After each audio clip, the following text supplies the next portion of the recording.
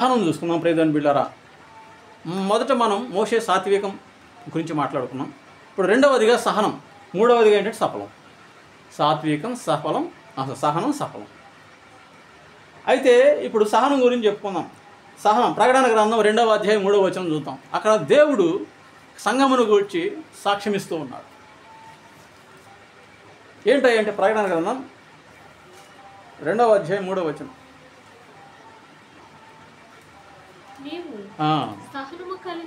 నీవు సహనము కలిగి నా నామము నిమిత్తము భారము భరించి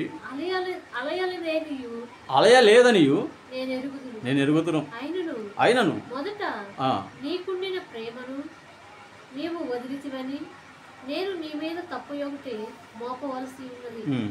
నీవు ఏ స్థితి నుండి పడిపోతివో అది జ్ఞాపకము చేసుకొని మారు మనసు పొంది ఆ మొదటి క్రియను చేయుము. చాలండి. దేవుని ఆశ అదే. మొదటి ప్రేమ, మొదటి అంతస్తు దేవునికి ఇవ్వాలనేది దేవుని యొక్క ఆశ. మనిషి తన మొదటి ప్రేమను, మొదటి సమయాన్ని, మొదటి అంతస్తును దేవునికి ఇవ్వాలి. మొదటి సమయం అంటే లేవగానే మనం ప్రార్థన చేయాలి. ఎంతసేపు అనేది అది ఆత్మీయ అంతస్తు తగ్గట్టుగా. వాస్తవం అయితే 2:30 గంటలు, కానీ నువ్వు ఎంతసేపు చేయగలవు అంతసేపు దేవుని సన్నిధిలో నువ్వు ప్రార్థన చేయాలి. మొదటి సమయం దేవునికి ఇవ్వాలి. మొదటి అంతస్తు, మొదటి ప్రేమ అంటే ఏంటి? నీ వారి కంటే, నీ బిడ్డల కంటే, చివరికి నిన్ను నీకంటే దేవుని ప్రేమించాలి. ఎవరికంటేనయ్యా? నా నిమిత్తము తన ప్రాణం పెట్టువాడు దానిని పోగొట్టుకొనక మళ్ళా దాన్ని దక్కించుకుంటున్న వాక్యం. అంటే తన నిమిత్తం నిన్ను కూడా తెగించుకునేటువంటి ప్రేమను దేవుని పట్ల చూపడు. దేవుని కంటే ఎక్కువ దేనిని ప్రేమించకూడదు. ఎందుకంటే దాని విషయంలో నువ్వెంతో దుఃఖం అనుభవించాల్సిన పరిస్థితి. జాగ్రత్త. ఆ దుఃఖం రాకముందు నువ్వేం చేయాలంటే నీ మనసు మార్చుకోవాలి. దేవుని నేను ఎక్కువగా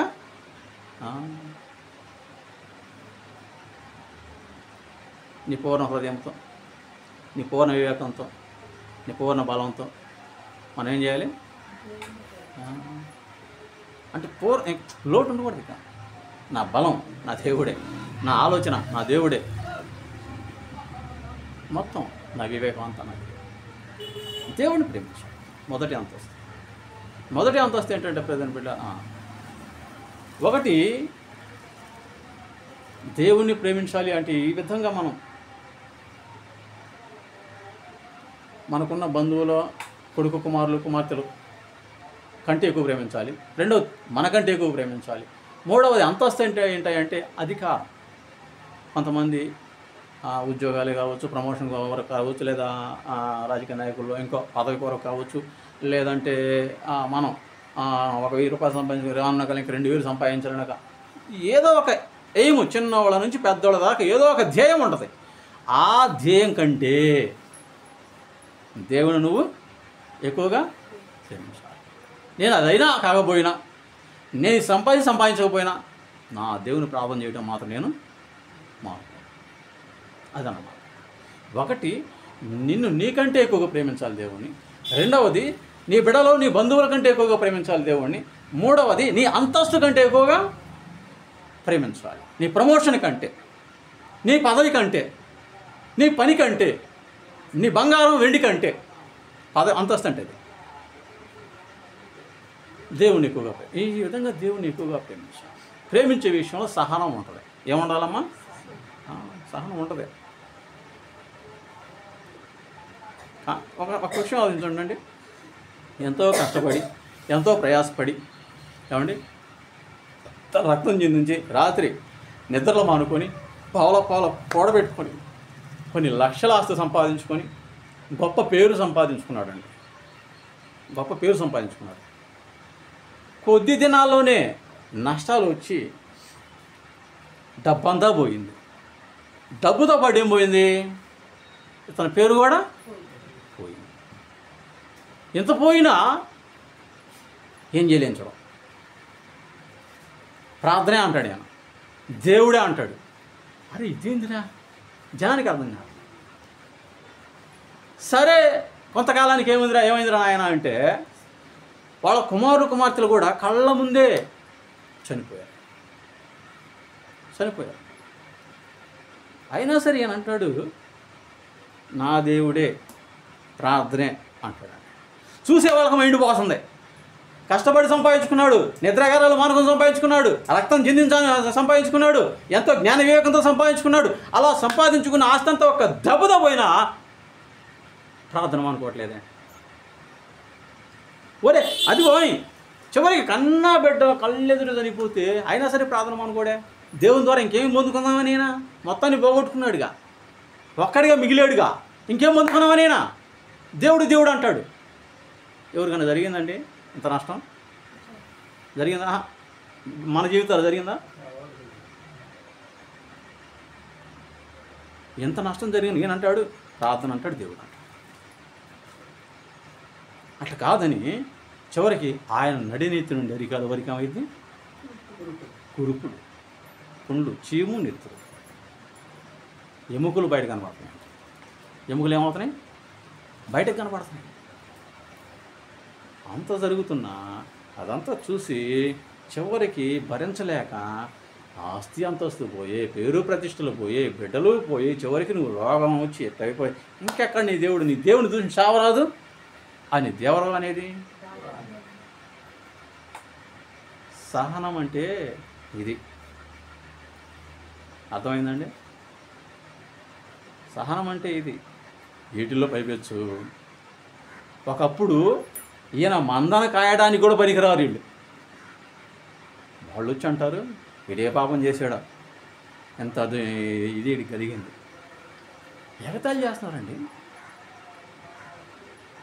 ఇదంత దౌర్భాగ్యం అండి.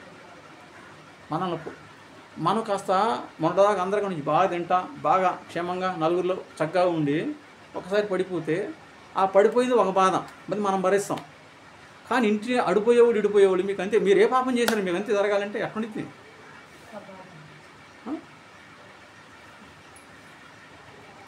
ఆలోచించండి. ఒక్క మాట ఏదో అంటేనే ఊరుకోలేని ప్రాణాలు ఇవి. ఒక్క మాట అంటేనే ఊరుకోలేని ప్రాణాలండి. వివాదాల్లో వద్దులే అమ్మ అంటే అన్నీ పోతే పోనీలే, సర్దుకోమంటే నేను సర్దుకోవాలి, వాడు ప్రార్థన పోయాడు నేను ప్రార్థన పోతా, వాడు సర్దుకోవాలి నేను సర్దుకోవాలా, ఆడికి బుద్ధి లేదు, నీకు ఉండాలి. కాబట్టి దేవుని యొక్క మాటకు లోబడటం, సహనం, సాత్వికం ఎంత గొప్ప, సహనం కూడా అంతే గొప్ప. సహించండి. దేవుని యొక్క వాక్యం చదువుకుందాం ప్రియమైన పిల్లలు. అది చూడండి, ఫిలిప్పీయుల పత్రిక 4వ అధ్యాయము 5వ వచనం. ఫిలిప్పీయుల పత్రిక 4వ అధ్యాయం 5వ వచనం.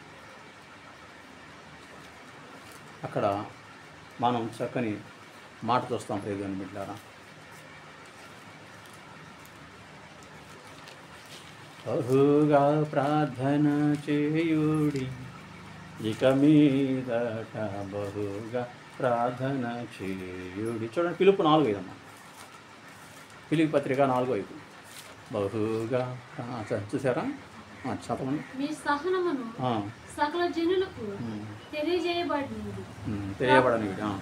ప్రభువు సమీపంగా ఉన్నాడు.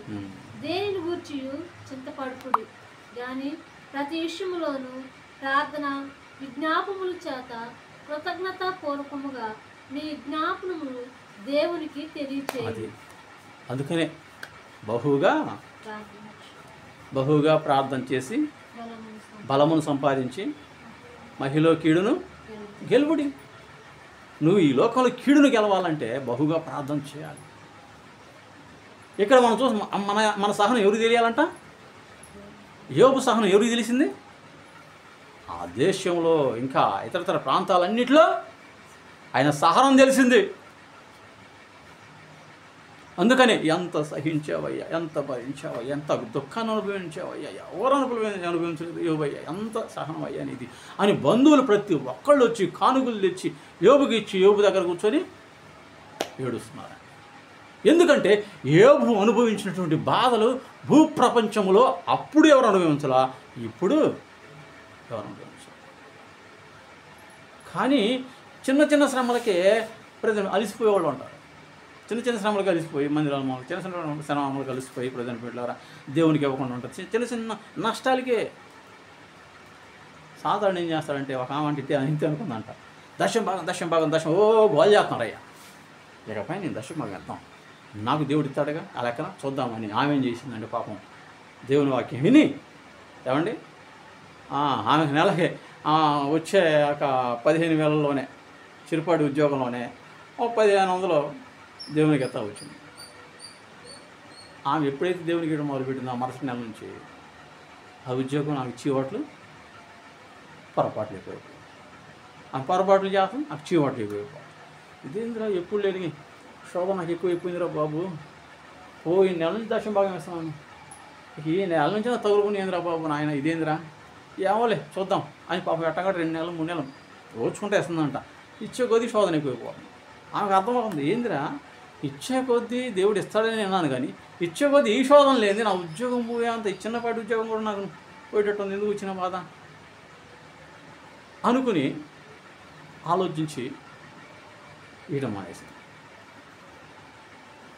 ఈట మానుకున్నాకైనా సరే ఆయన తగ్గినాయి అంటే తగ్గల అవి ఎక్కువ. ఆమంటుంది ఎప్పుడైతే ఆ దశం భాగం ఇచ్చానో నాయన అప్పటి నుంచి కష్టం నాకు తెప్పలేదయ్యా, ఈట మానుకున్నా అయినా ఆగలేదు ఏం చేయాలో అర్థం కావట్లేదు, ఉద్యోగం పోయేటట్టు ఉంది అని ఏడ్చి ఏం చేయాలో తోచక మళ్ళీ దేవుని దగ్గరికి వెళ్ళిపోయింది.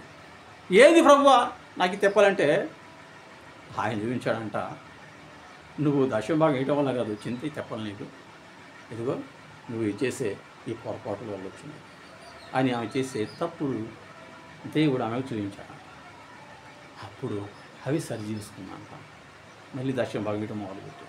ఆ తర్వాత ఆమెకి అనుకున్న రీతిలో ఆశీర్వాదాలు, ఆ ఉద్యోగంలో ఏ విధంగా అయితే మేలు జరగాలో ఆ విధంగా ఆమెకు మేళ్ళు జరుగుతాం.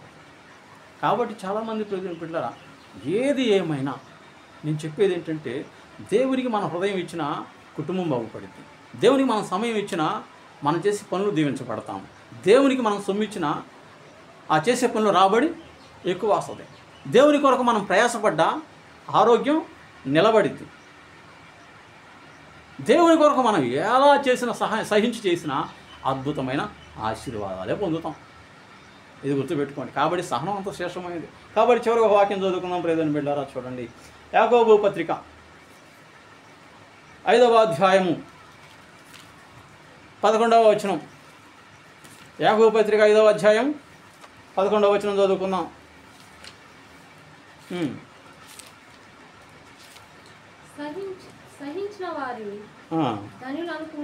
సహించిన వారిని ధన్యులు అనుకుంటున్నాము కదా.